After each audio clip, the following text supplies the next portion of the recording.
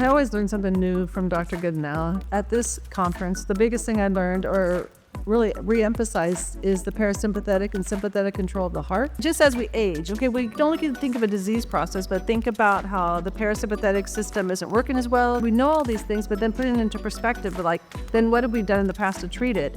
And how has that helped, or how has that hindered the heart in the long run? So it was really phenomenal. There were some really neat things. And one of them, I do with most of my patients, we talk about mindful breathing and how it affects stress. And he had the one slide which showed the study, which showed slow, deep breaths, lowered blood pressure, and lowered heart rate.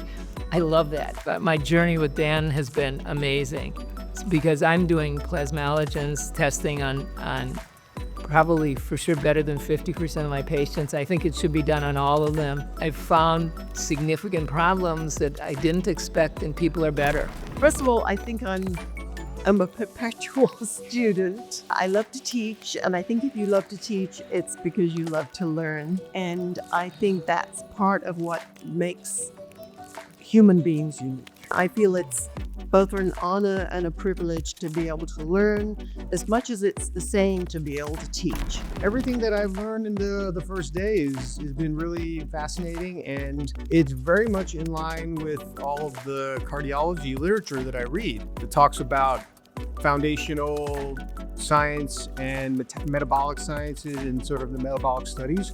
So it's been really satisfying and gratifying to know that the sciences are unified and we're not teaching something that is not being taught or believed by conventional medicine. So it's potentially a very unifying sort of way of thinking about things.